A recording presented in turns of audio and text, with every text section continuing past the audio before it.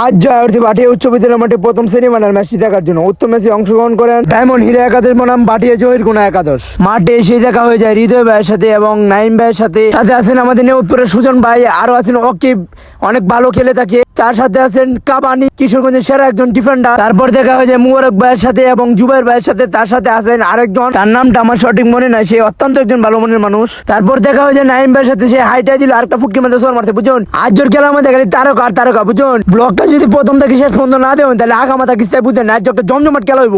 তারপরে মনে হচ্ছে দেখা হয়ে গেল আকাশ মার সাথে, সোহাগ ভাইয়ের সাথে, আরো আছেন আমার ফ্যান ফলোয়ার যারা আছে, সবাই হাইটাই দিতেছে একটা জায়গায়, তাদের রস হবে না কেন করলাম।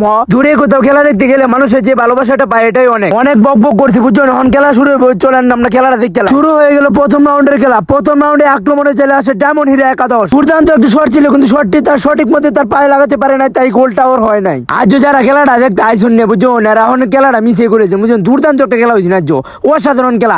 তারপর আবার একটা শট নেই, কিন্তু বলটি চলে যায় গোলবারের উপর দিয়ে। বক করতে করতে করতে মনে হয় হাফ টাইম করতে, হাফ টাইমের পরে হেরা টান্না মান্না আবি যাবি যেতে আসে, সব বক বক করে কাজে আসে, বুঝুন। শুরু হয়ে গেল দ্বিতীয়ার্ধে খেলা। দ্বিতীয়ার্ধে আক্রমণে চলে আসে কোনা একাদশ। তারপরে একটা শট দেয়, তারপরে অসাধারণ ভাবে সেভ দেয় আমাদের নাইম ভাই। তারপরে এক এক গোলে খেলাটি চলে যায় টাই ফাঁকারে। শটটি নিতে আসেন ডায়মন্ড হিরো একাদশের প্লেয়ার এবং সেই শটটি রুখে দেয় জহির কোনা একাদশের একজন প্লেয়ার। যদি সামনে গিয়ে বক বক করতেছে, ফাইলাইতেছে, বুঝুন। খেলা জিতলাম, এই সেই বক করতেছে। পরে শটটি নিতে আসে জহির কোনা একাদশের প্লেয়ার। গোল দিতে পারলে খেলাটি জিতে যাবে এবং গোল। তারপর টাই ফাঁকারে খেলাটি হেরে যায় হীরা ভাইয়ের দল। আজকে অসাধারণ খেলেছে হীরা ভাইয়ের দল, যার কথা না বললে নয়।